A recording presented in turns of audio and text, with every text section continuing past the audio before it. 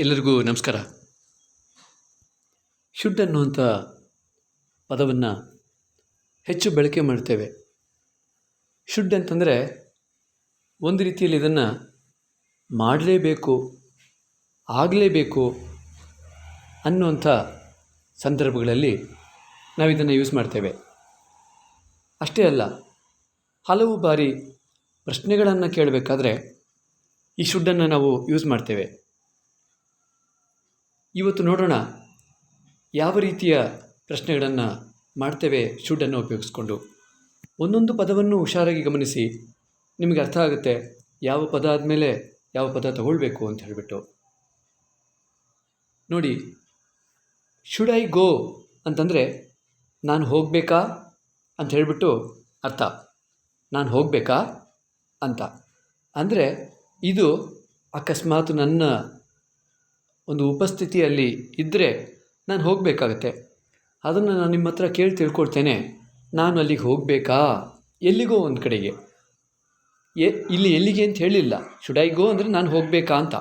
ಅದು ಎಲ್ಲಿಗಾದರೂ ಆಗಿರ್ಬೋದು, ಅದು ಇನ್ನೊಬ್ಬರ ಮನೆಗಾಗಿರ್ಬೋದು, ಅಥವಾ ಇನ್ನೊಂದು ಊರಿಗಾಗಿರ್ಬೋದು, ಎಲ್ಲಾದರೂ ಆಗಿರ್ಬೋದು. ಅದು ಶುಡ್ ಐ ಗೋ. ನೋಡಿ, ಹೌ ಶುಡ್ ಐ ಗೋ, ಇಲ್ಲಿ 4 ರೀತಿಯ ಪ್ರಶ್ನೆಗಳಿವೆ. ಒಂದು ಹೌವನ್ನು ಮೊದಲನೇ ಪದ ಮಾಡಿಕೊಂಡಾಗ ಶುಡ್ಡಿಗೆ ಮುಂಚೆ, ವೆನ್ನನ್ನು ಮೊದಲನೇ ಪದ ಮಾಡಿಕೊಂಡಾಗ, ವೇರನ್ನು ಮೊದಲನೇ ಪದ ಮಾಡಿಕೊಂಡಾಗ, ವೈಯನ್ನು ಮೊದಲನೇ ಪದ ಮಾಡಿಕೊಂಡಾಗ ಬೇರೆ ಬೇರೆ ರೀತಿಯ ಅರ್ಥಗಳನ್ನು ಕೊಡುತ್ತವೆ ಈ ವಾಕ್ಯಗಳು. ಹೌ ಶುಡ್ ಐ ಗೋ ಅಂತ ಹೌವನ್ನು ಮೊದಲನೇ ಪದ ಮಾಡಿದಾಗ, ಹೌ ಅಂದರೆ ಹೇಗೆ ಅಂತ. ಹೇಗೆ ಹೋಗಬೇಕು ನಾನು ಅಂತ. ನಾನು ಸೈಕಲಲ್ಲಿ ಹೋಗಬೇಕಾ, ಬಸ್ನಲ್ಲಿ ಹೋಗಬೇಕಾ, ಟ್ರೈನಲ್ಲಿ ಹೋಗಬೇಕಾ, ನಡ್ಕೊಂಡು ಹೋಗಬೇಕಾ, ಹೇಗೆ, ಅಥವಾ ಯಾರ ಜೊತೆ ಎಲ್ಲಾದರೂ ಹೋಗಬೇಕಾ ಅಂತ ನಾವು ಪ್ರಶ್ನೆಯನ್ನು ಮಾಡುವಂಥದ್ದು. ನಾನು ಬಸ್ನಲ್ಲಿ ಹೋಗೋದಕ್ಕೂ ನೀವು ನನಗೆ ಹಣ ಕೊಟ್ಟಿಲ್ಲ, ಅಥವಾ ನಾನು ಟ್ರೈನಲ್ಲಿ ಹೋಗ್ಬೇಕಾದ್ರೆ ನೀವು ನನಗೆ ಟ್ರೈನ್ ಟಿಕೆಟ್ ಕೊಟ್ಟಿಲ್ಲ, ನಾನು ಫ್ಲೈಟಲ್ಲಿ ಹೋಗ್ಬೇಕಾದ್ರೆ ನನಗೆ ನೀವು ಇನ್ನೂ ವೀಸಾ ಮತ್ತು ಪಾಸ್ಪೋರ್ಟ್ ಕೊಟ್ಟಿಲ್ಲ ಅಂತ ಯಾವ್ದು ಬೇಕಾದರೂ ಅರ್ಥ ಇರ್ಬೋದು ಅದಕ್ಕೆ. ಹೌ ಶುಡ್ ಐ ಗೋ, ನಾನು ಹೇಗೆ ಹೋಗಬೇಕು. ಮತ್ತು ನಾವು ಕನ್ನಡದಲ್ಲಿ ಏನು ಕೇಳ್ತೀವಿ, ಅಮ್ಮ ನಾನು ಯಾವಾಗ ಹೋಗಬೇಕು ಅಂತ ಕೇಳ್ತೀವಿ, ಅಥವಾ ಅಪ್ಪ ನಾನು ಯಾವಾಗಪ್ಪ ಹೋಗಬೇಕು, ಇವತ್ತಾ ನಾಳೆನಾ ಅಂಥೇಳಿ. ಅದು ವೆನ್ ಶುಡ್ ಐ ಗೋ ಅಂತಂದರೆ ನಾನು ಯಾವಾಗ ಹೋಗಬೇಕು ಅಂತ ಹೇಳ್ಬಿಟ್ಟು. ಅದರ ಅರ್ಥ ಇವತ್ತ, ನಾಳೆನ, ನಾಳಿದ್ದ, ಇದು ಫ್ಯೂಚರ್ ಇದೆ, ಪಾಸ್ಟ್ದಲ್ಲ ಒಟ್ಟಿನಲ್ಲಿ ಅಂತ ಅದರ ಅರ್ಥ. ಅಂದರೆ ಯಾವಾಗ ಹೋಗ್ಬೇಕು ನಾನು ಇವಾಗ ಹೋಗಬೇಕಾ, ಇನ್ನು ಸ್ವಲ್ಪ ಹೊತ್ತಿಗೆ ಹೋಗಬೇಕಾ, ನಾಳೆ ಹೋಗಬೇಕಾ, ಯಾವಾಗ ಹೋಗಬೇಕು ಅಂತ ಕೇಳ್ತೀವಿ. ಅದು ವೆನ್ ಶುಡ್ ಐ ಗೋ ಅಂತಂದರೆ. ವೇರ್ ಶುಡ್ ಐ ಗೋ, ನಾನು ಎಲ್ಲಿಗೆ ಹೋಗಲಿ, ಅಥವಾ ನಾನು ಎಲ್ಲಿಗೆ ಹೋಗಬೇಕು ಅಂತ ಕೇಳುವಂಥದ್ದು. ವೇರ್ ಅಂದರೆ ಎಲ್ಲಿ ಅಥವಾ ಎಲ್ಲಿಗೆ ಅನ್ನೋದಕ್ಕೂ ಕೂಡ ವೇರನ್ನು ಬಳಸ್ತೇವೆ. ವೇರ್ ಶುಡ್ ಐ ಗೋ, ನಾನು ಎಲ್ಲಿಗೆ ಹೋಗಬೇಕು ಅಂತ ನಾವು ಕೇಳುವಂಥದ್ದು. ಅದು ವೇರ್ ಶುಡ್ ಐ ಗೋ. ನಾನು ಮಾರ್ಕೆಟ್ಗೆ ಹೋಗಬೇಕಾ, ಬೆಂಗಳೂರಿಗೆ ಹೋಗಬೇಕಾ, ಮೈಸೂರಿಗೆ ಹೋಗಬೇಕಾ, ಎಲ್ಲಿಗೆ ಹೋಗಲಿ ನಾನು ಅಂತ ನಾವು ಪ್ರಶ್ನೆಯನ್ನು ಮಾಡುವಂಥದ್ದು.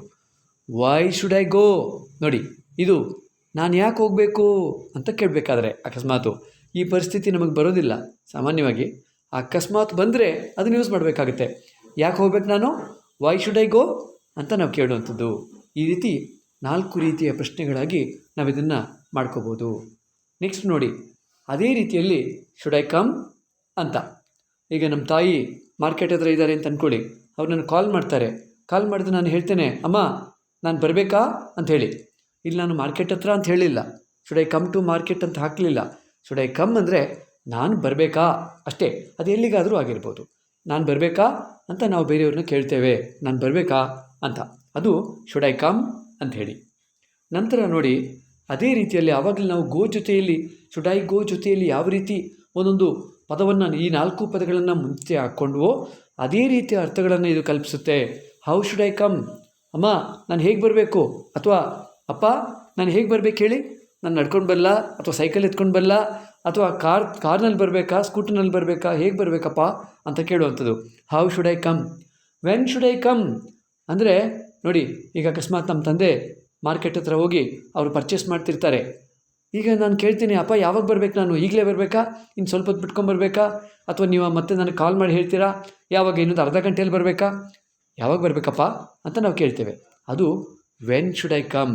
ಆಮೇಲೆ ವೇರ್ ಶುಡ್ ಐ ಕಮ್, ನಾನು ಎಲ್ಲಿಗೆ ಬರಬೇಕು, ಎಲ್ಲಿ ಬಸ್ ಸ್ಟ್ಯಾಂಡ್ ಹತ್ರ ಬರಬೇಕಾ, ರೈಲ್ವೆ ಸ್ಟೇಷನ್ ಹತ್ರ ಬರಬೇಕಾ, ಮಾರ್ಕೆಟ್ ಹತ್ರ ಬರಬೇಕಾ, ಎಲ್ಲಿಗೆ ಬರಬೇಕು ಹೇಳಿ ಅಪ್ಪ, ಅಥವಾ ಹೇಳಿ ಅಮ್ಮ, ಅಥವಾ ಯಾರಿಗೊಬ್ಬರಿಗೆ ನಮ್ಮ ಫ್ರೆಂಡ್ಗಾದರೂ ನಾವು ಕೇಳ್ಬೋದು.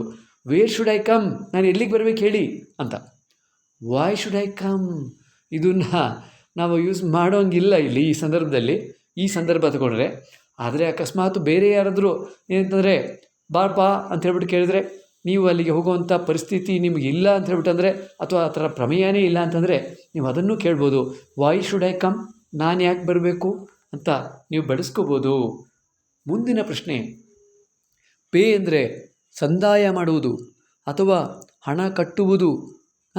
ಅಂದರೆ ನಾವು ಯಾವುದಾದ್ರೂ ಒಂದು ವಸ್ತುವನ್ನು ತಗೊಂಡ್ರೆ ಒಂದು ಅಂಗಡಿಯಲ್ಲಿ ನಾವು ಅವರಿಗೆ ಪೇಮೆಂಟ್ ಮಾಡಬೇಕು ಅಲ್ವಾ. ಅಂದರೆ ಅದನ್ನೇ ನಾವೇನಂದರೆ ನಾವು ಹಣವನ್ನು ಅವರಿಗೆ ಕೊಡಬೇಕಾಗತ್ತೆ. ಆ ಸಮಯದಲ್ಲಿ ಕೊಡೋದಕ್ಕೆ ನಾವು ಪೇ ಅಂತ ಕರಿತೇವೆ. ಸಾಲದ ರೂಪದಲ್ಲಿ ನೀವು ಕೊಟ್ಟರೆ ಅದು ಬೇರೆ ಅಲ್ವಾ. ಹಾಗೆಯೇ ಅಕಸ್ಮಾತು ನೀವು ಯಾವತ್ತಾದರೂ ತಗೊಂಡು ಈಗ ಅದನ್ನು ಕೊಟ್ಟರೆ ಅದು ಪೇ ಅಂತ ಅನಿಸ್ಕೊಳೋದಿಲ್ಲ. ಆದರೆ ಯಾವ ವಸ್ತುವನ್ನು ನಾವು ಕೊಂಡ್ಕೊಳ್ತೇವೆ ಅದಕ್ಕೆ ಇವಾಗ ನಾವು ಅದಕ್ಕೆ ಹಣವನ್ನು ಕೊಡಬೇಕಾದ್ರೆ ಹಣ ಸಂದಾಯ ಮಾಡುವುದು ಅಂತ ಹೇಳ್ತೇವೆ ಅಲ್ವಾ. ಅದನ್ನು ಪೇ ಅಂತ ಕರಿತೇವೆ. ಅಷ್ಟೇ ಅಲ್ಲ, ಈಗ ಸ್ಕೂಲ್ನಲ್ಲಿ ಸ್ಕೂಲ್ ಫೀ ಪೇ ಮಾಡಬೇಕು ಅಂತ ಹೇಳ್ತೀವಿ. ಆಮೇಲೆ ಕರೆಂಟ್ ಬಿಲ್ಲು ಪೇ ಮಾಡಬೇಕು ಅಂತ ಹೇಳ್ತೀವಿ. ಅಂದರೆ ಪೇಮೆಂಟ್ ಪೇ ಮಾಡೋದು ಅಂತ ಹೇಳಿಬಿಟ್ಟು. ಈ ಪೇನ ನೀವು ಅಕಸ್ಮಾತ್ ಯಾವುದಾದ್ರೂ ಕಂಪ್ನಿಯಲ್ಲಿ ಕೆಲಸ ಮಾಡಿದರೆ ಅವ್ರು ನಿಮಗೆ ತಿಂಗಳಿಗೆ ಸಂಬಳ ಕೊಡಬೇಕು ಅಲ್ವಾ. ಅದು ಕೂಡ ಪೇನೇ, ಅದು ಕೂಡ ಪೇಮೆಂಟ್ ಅಂಡರ್ಗೆ ಬರುತ್ತೆ. ಈಗ ನೋಡಿ, ಹೌ ಶುಡ್ ಐ ಪೇ. ನೋಡಿ, ಶುಡ್ ಐ ಪೇ ಅಂದರೆ ನಾನು ಕೊಡಬೇಕಾ ಅಂತ. ನಾನು ಕೊಡಬೇಕಾ, ನಾನು ನಿಮಗೆ ಹಣವನ್ನು ಸಂದಾಯ ಮಾಡಬೇಕೇ ಅಂತ ಹೇಳಿಬಿಟ್ಟು. ಮಾಡುವಂಥ ಪ್ರಮೇಯ ಇಲ್ಲದ್ರೆ ಇಲ್ಲ ಅಂದರೆ ಮಾಡಬೇಡಿ, ಮಾಡುವಂಥ ಪ್ರಮೇಯ ಇದ್ದರೆ ಮಾಡಲೇಬೇಕು, ಮರಿಬೇಡಿ. ಶುಡ್ ಐ ಪೇ ಅಂದರೆ ನಾನು ನಿಮಗೆ ಹಣ ಕೊಡಬೇಕೇ ಅಂತ.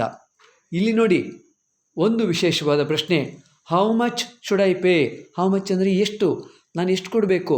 ಅಕಸ್ಮಾತ್ ನೀವು ಯಾವುದೋ ಅಂಗಡಿಯಲ್ಲಿ ನೀವು ಎಲ್ಲ ಐಟಮ್ಸ್ನ ಪರ್ಚೇಸ್ ಮಾಡಿದ್ದೀರಿ, ಇನ್ನೇನು ನೀವು ಅವರಿಗೆ ಹಣ ಕೊಡಬೇಕು ಅಂದಾಗ ನೀವು ಅವ್ರನ್ನ ಕೇಳ್ತೀರಿ ಕೌಂಟ್ರಲ್ಲಿ ನಿಂತ್ಕೊಂಡು, ಏನಂತ, how much should I pay ಅಂದರೆ ನಾನು ಎಷ್ಟು ಕೊಡಬೇಕು ನಿಮಗೆ, ಎಷ್ಟು ಹಣವನ್ನು ಸಂದಾಯ ಮಾಡಬೇಕು ಅಂತ.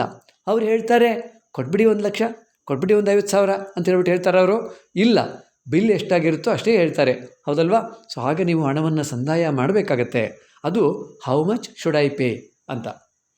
ಆಮೇಲೆ ಇದು ನೋಡಿ, ಅದಕ್ಕೆ ಸಂಬಂಧಪಟ್ಟಂಥ ಆಗಲೇ ನಾವು ವಾಕ್ಯಗಳನ್ನು ಮಾಡಿದ್ವಲ್ಲ, ಅದೇ ರೀತಿಯಲ್ಲಿ ವೆನ್ ಶುಡ್ ಐ ಪೇ ಅಂದರೆ ನಾನು ಯಾವಾಗ ಕೊಡಬೇಕು ಅಂತ ಹೇಳಿಬಿಟ್ಟು.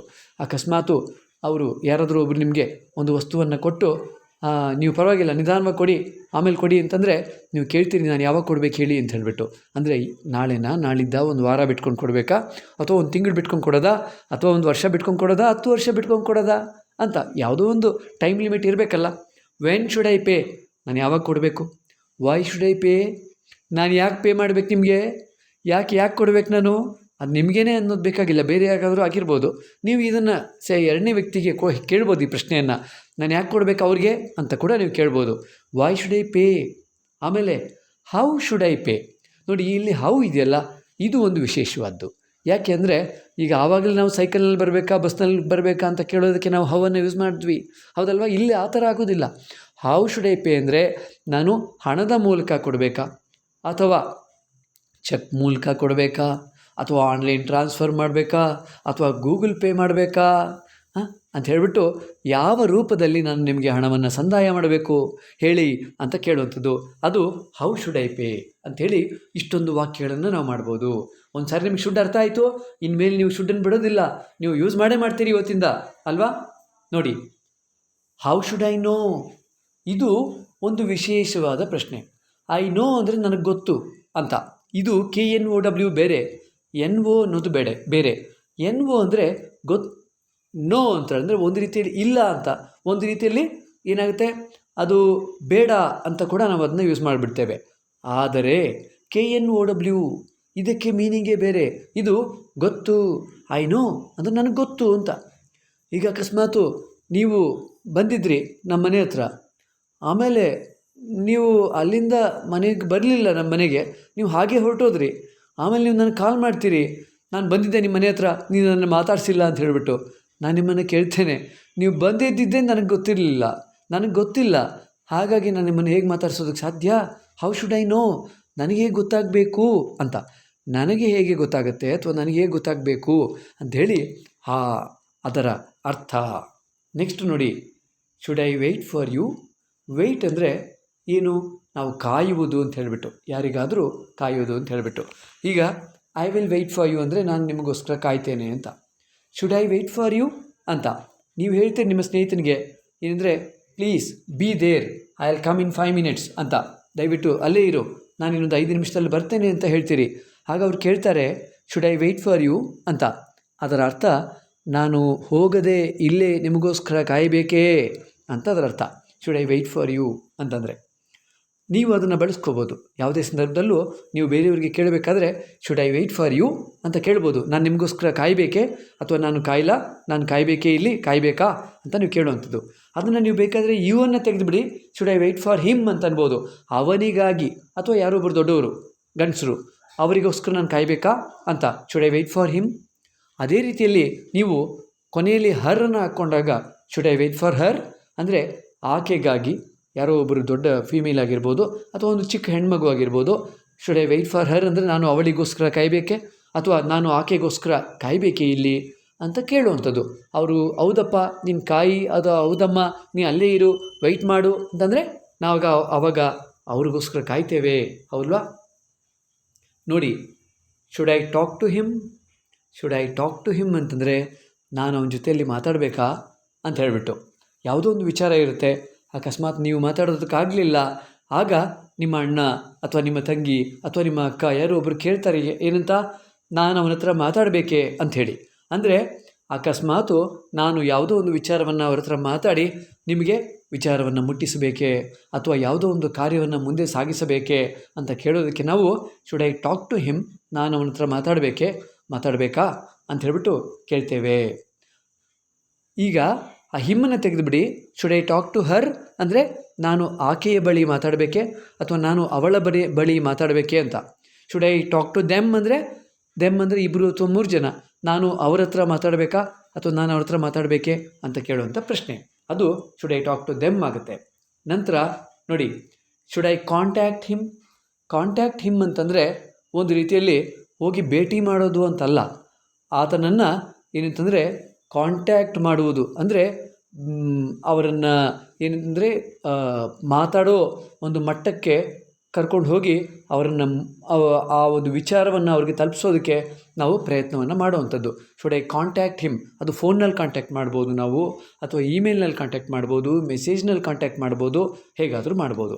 ಕಾಂಟ್ಯಾಕ್ಟ್ ಅಂದರೆ ಹೋಗಿ ಅವ್ರ ಜೊತೆಯಲ್ಲಿ ನಿಂತ್ಕೊಳ್ಳೋದು ಅಂತಲ್ಲ, ಭೇಟಿ ಮಾಡೋದು ಅಂತಲ್ಲ, ಅದು ನಾವು ಸಂಪರ್ಕವನ್ನು ಸಾಧಿಸುವುದು ಅಂತ ಅರ್ಥ. ಅದು ಕಾಂಟ್ಯಾಕ್ಟ್ ಅಂತ ಹೇಳ್ಬಿಟ್ಟಂದರೆ ಅದು ಯಾವುದೇ ಮೂಲಕ ನಾವು ಸಂಪರ್ಕವನ್ನು ಸಾಧಿಸ್ಬೋದು.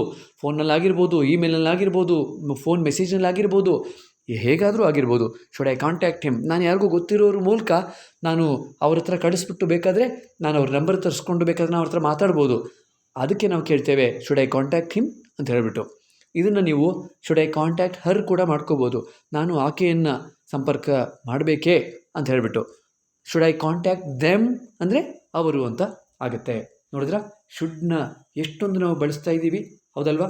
ನಮ್ಮ ವಿಡಿಯೋಸ್ ನಿಮಗೆ ಇಷ್ಟ ಆಗ್ತಾ ಇದ್ದರೆ ಸಬ್ಸ್ಕ್ರೈಬ್ ಮಾಡ್ಕೊಳ್ಳಿ ಮತ್ತು ನಿಮ್ಮ ಎಲ್ಲ ಸ್ನೇಹಿತರಿಗೆ ಮತ್ತು ಸಂಬಂಧಿಕರಿಗೂ ಕಳಿಸ್ಕೊಡಿ. ಅವ್ರ ಜೊತೆಯಲ್ಲಿ ನೀವು ಕೂಡ ಇಂಗ್ಲೀಷನ್ನು ಅಭ್ಯಾಸ ಮಾಡಿ, ಆಗ ನಿಮ್ಮಿಂದ ಅವರು ಕೂಡ ಇಂಗ್ಲೀಷ್ ಕಲಿತ್ಕೋತಾರೆ, ಹೌದಲ್ವಾ? ಎಲ್ಲರಿಗೂ ನಮಸ್ಕಾರ.